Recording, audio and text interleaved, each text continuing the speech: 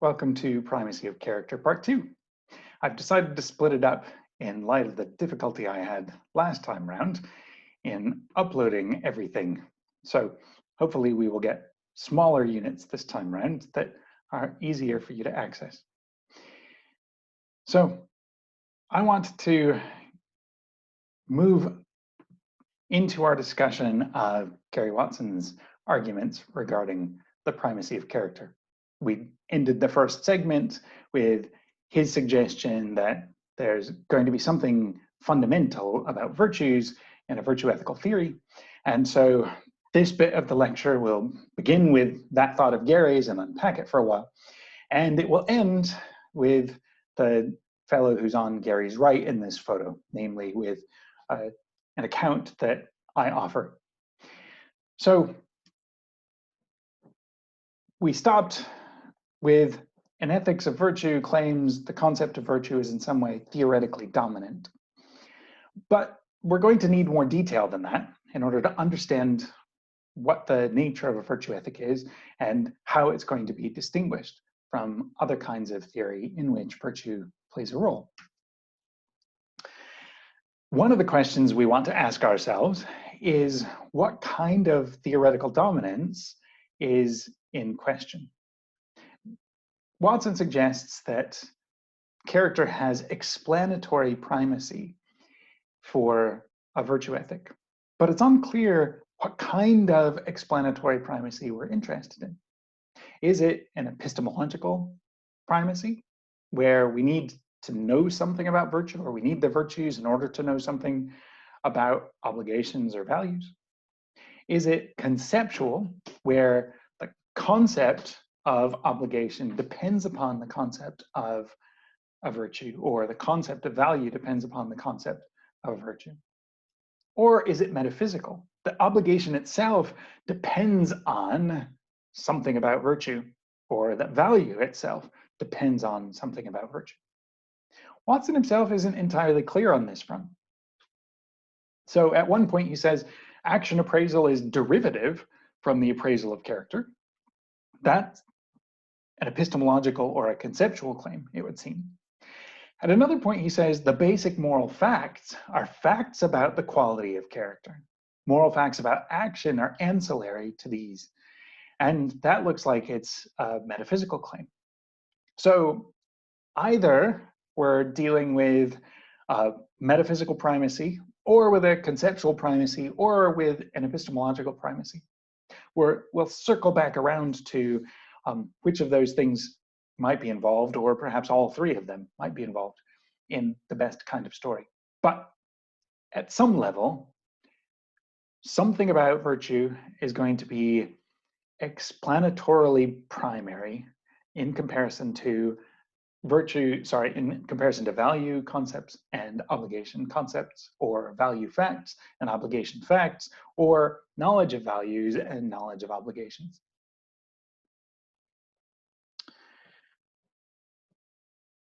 How might one develop an account where virtue has this kind of explanatory primacy? Well, here's one way to do it. Watson suggests that you might think that right and proper conduct is conduct that is contrary to no virtue. That is, conduct that does not exemplify a vice. So notice that right and proper conduct there just gets defined in terms of virtue. You can't get to right and proper conduct without going through virtue. Good conduct is conduct that displays a virtue. So at least the goodness of an action is, once again, going to be dependent on virtue in order to get up and running. And wrong or improper conduct is conduct that is contrary to some virtue, or conduct that exemplifies a vice. So with all three of these notions, right or proper conduct, good conduct, and wrong or improper conduct, we have each of them dependent upon the concept of virtue, or the fact of virtue, or knowledge of virtue, or all three. Now, to the extent that we have a story that makes virtue fundamental or explanatorily primary in some way, we have the starting point of a virtue ethical theory. However, there is an ambiguity in the concept of rightness that's worth noting. So sometimes when we talk about what is right, we talk about what is permissible. And that's the kind of notion that Watson is focusing on when he's talking about right conduct. So in the game of chess, there are certain moves that are permissible for any piece on the board. And one can make any of those moves. I can't take a pawn and run it across the board at a diagonal in the way that I would a bishop, nor can I run it across the board side to side or forward and back in the way that I would a rook. None of those is permissible actions. However, there are contexts in which there's another sense of rightness that we might be interested in. Not just it's a right action in the sense that, yeah, you can make that move with that kind of piece. But you might also be interested in actions that are obligatory. If my king is currently cornered, then even if my rook can move as many spaces unimpeded forward or back as is available to it, nevertheless, it's obligatory that I do something to protect my king first. And so there, we're not just interested in a permissible action, we're interested in the action which is obligatory. However, there's another sense in which we sometimes speak of an action being right, where what we mean is that the action's optimal. It's the best action. And now you get a little view of my cat hopping up in front of the screen, the joys of teaching from home. So when we're talking about right action in this third sense, what we're interested in isn't just whether the action's permissible, nor is it just whether the action's obligatory. It's whether it's the best action or the action that out of the full range of actions available to us is the optimal one. Recognizing that kind of distinction, Linda Zagzebski offers a compatible or sympathetic characterization of virtue's explanatory primacy that nevertheless gives us yet another deontic notion in our account. So she says the following: an obligation or a duty is a requirement of virtue or of the virtuous self. It is appropriate for someone to feel guilty for not doing the obligatory thing. A right or permissible action is an act that is not contrary to virtue. That is, it's not appropriate to feel guilty for doing it. So what we get then is the distinction between right in the sense of permissible in this second claim and right in the sense of obligatory in the first claim.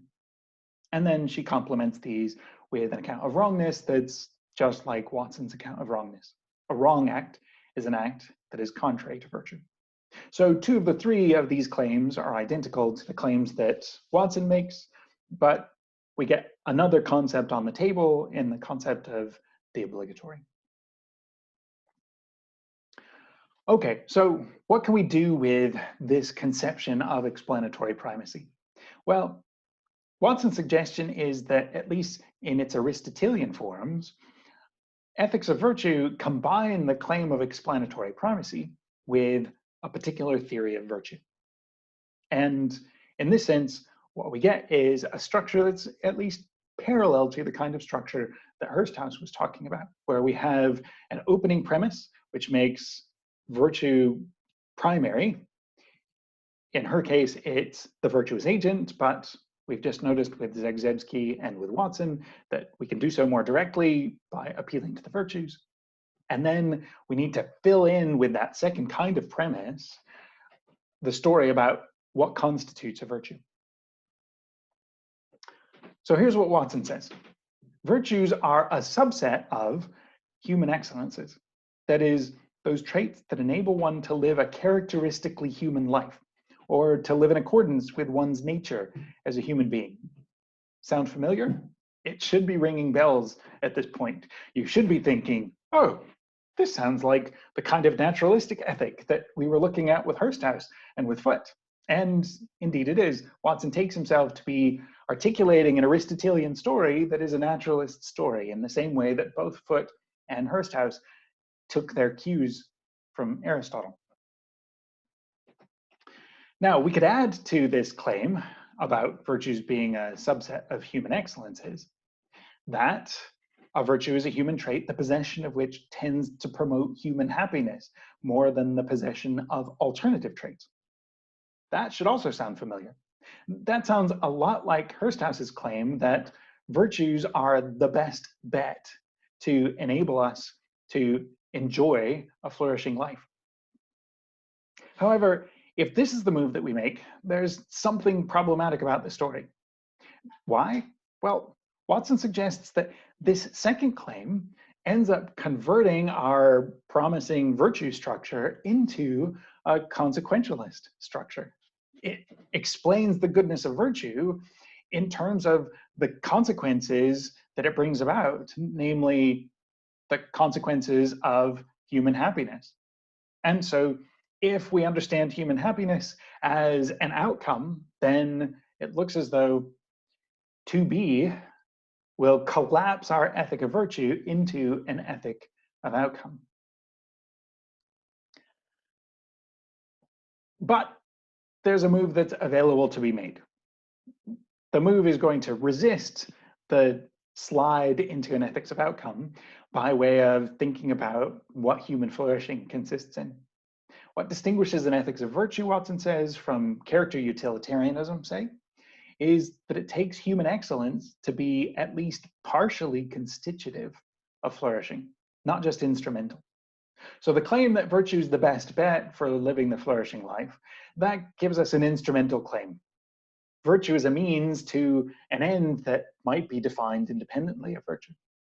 But what we get out of the eudaemonist framework is not a means-end relation. Instead, what we get from the full eudaemonist framework is rather a constituent part to whole relationship. Virtue is going to be a constituent part of the whole that is eudaimonia. So according to the first account of a eudaimonic form, an excellence is the sole, or at least primary, constituent of what is intrinsically valuable.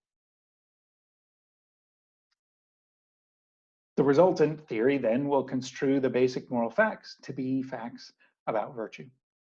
So at least according to one theory that has a eudaimonic structure, the virtues are constituents of a flourishing life, and indeed they're the only constituents, or at least they're the primary constituents.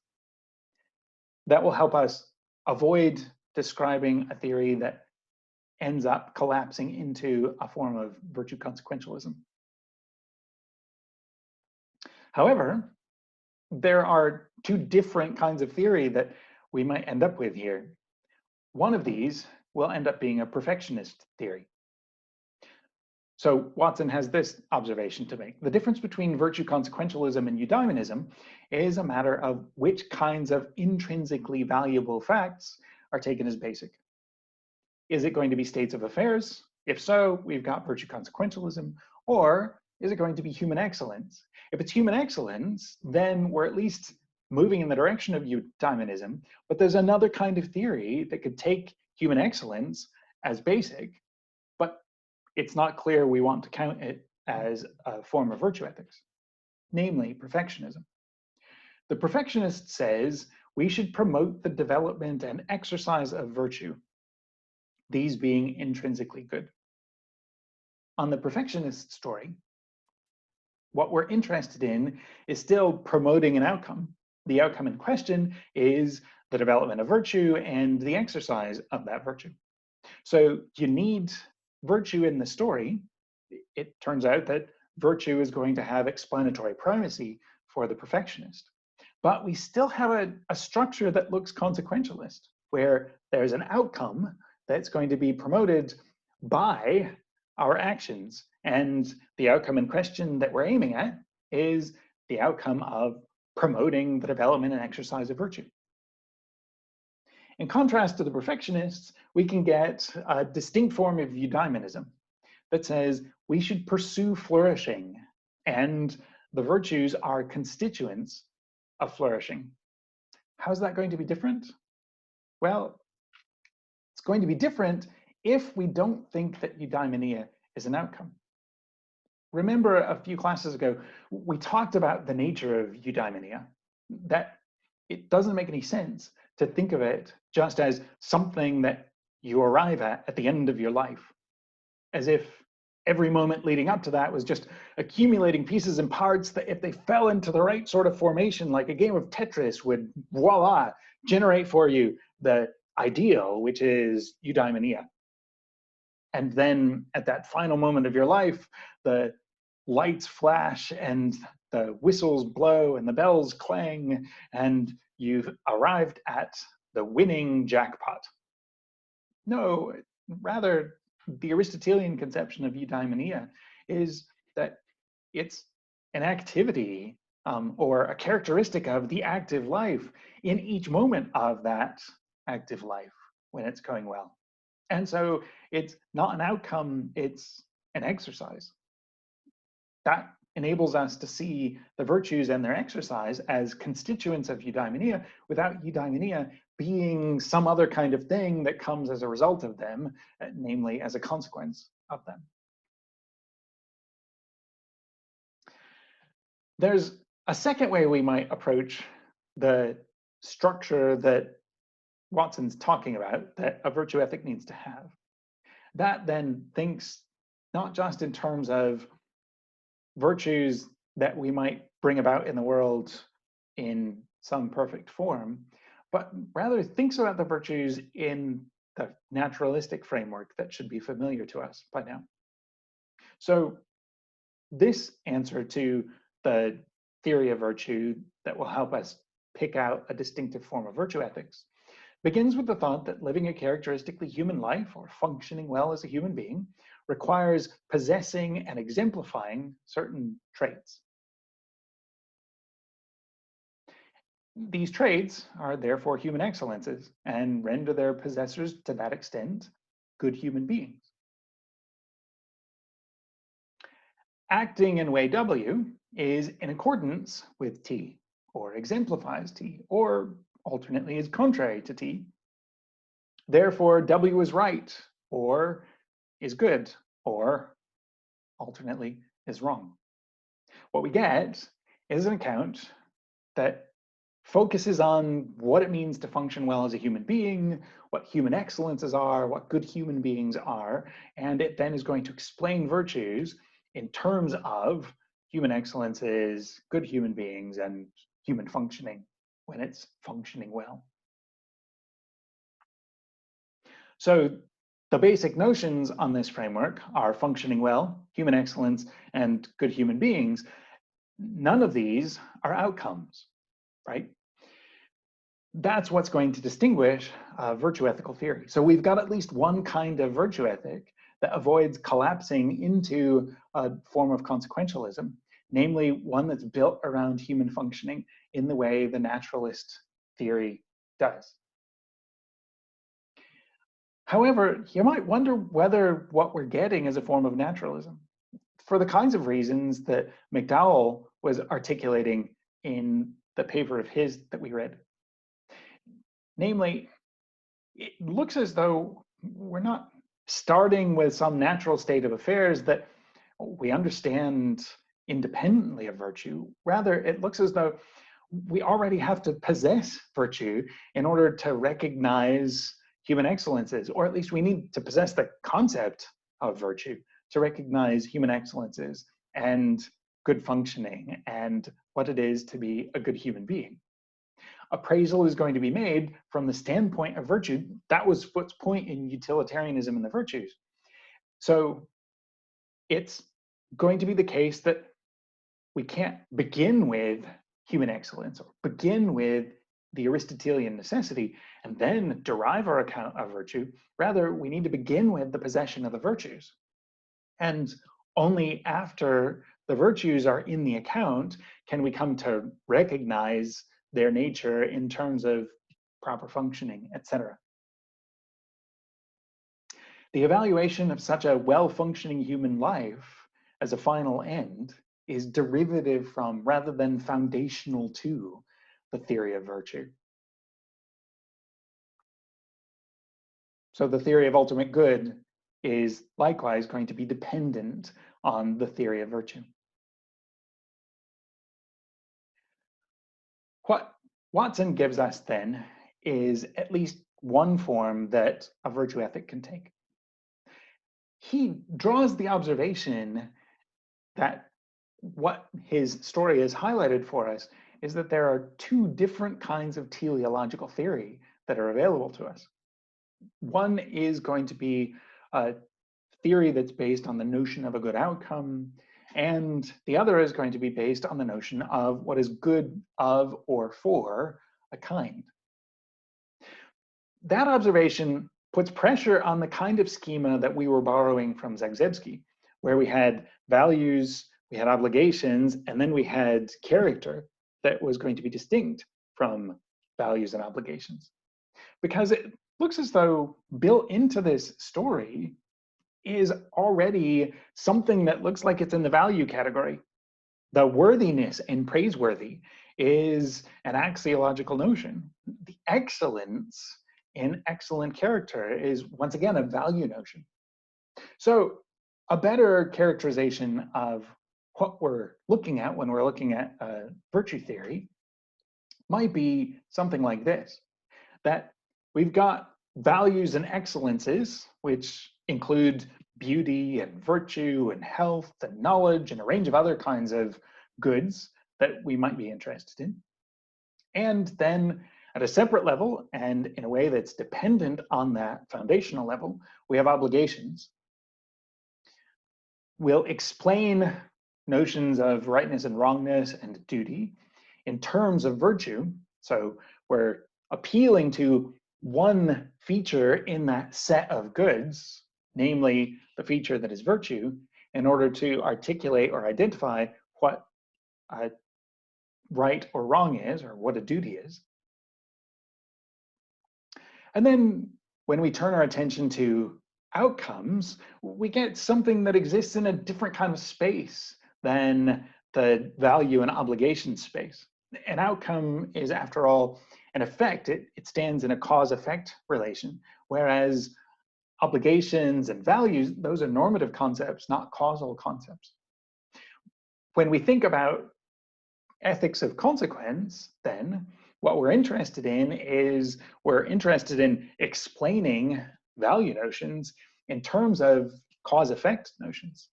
But the virtue ethicist won't be dependent on that kind of relation. And the virtue ethicist will insist that our understanding of a good state of affairs and our understanding of what a good consequence is will itself be dependent on, or will appeal to, virtue, which is going to have primacy in the account.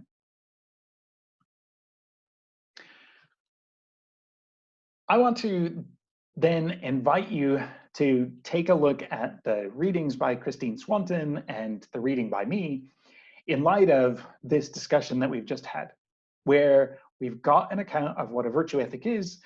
That account of what a virtue ethic is could take a eudaimonist form of a naturalist sort, like the one that Gary Watson is articulating, but Swanton suggests there are other forms it can take. And in the paper by me that I've assigned, I outline not only Swanton's account, but 3 other accounts, all of which are going to be distinctively virtue ethical accounts, but that don't just have the kind of tripartite structure where you've got values as one category and obligations as another category and character as a third category, but instead you could have character values being one kind of value within the broader set of values.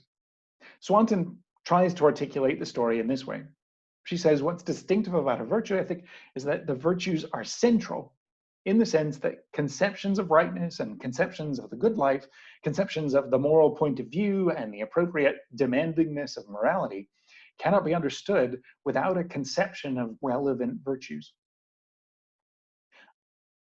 I put it in this alternate way so as to capture a broader range of things that we might want to call virtue ethics, suggesting that what's distinctive about a virtue ethic is that virtue is not defined in a way that makes it either subordinate or reducible to rightness or goodness. Virtue is going to play a crucial role in moral epistemology and in moral metaphysics, and virtues will stand in the ground floor of the theory as one especially important kind of excellence.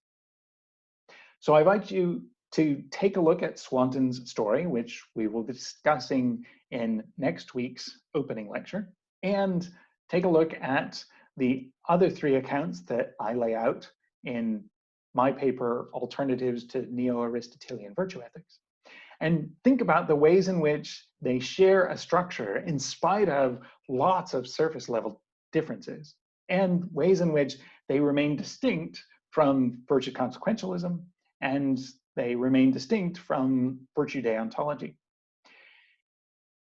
If you think that the kind of story I've just been sketching is right, where we've got two different kinds of normative thing, namely value or excellence on the one hand and obligation on the other hand, and a subset of that value or excellence category is going to be virtue, you might still have a story in which virtue has explanatory primacy, both because it doesn't get defined in terms of something else, it's one kind of goodness among the range, but also because you might need to appeal to virtue in order to explain what makes health valuable, or what makes beauty valuable, and what makes a good outcome valuable, and the like.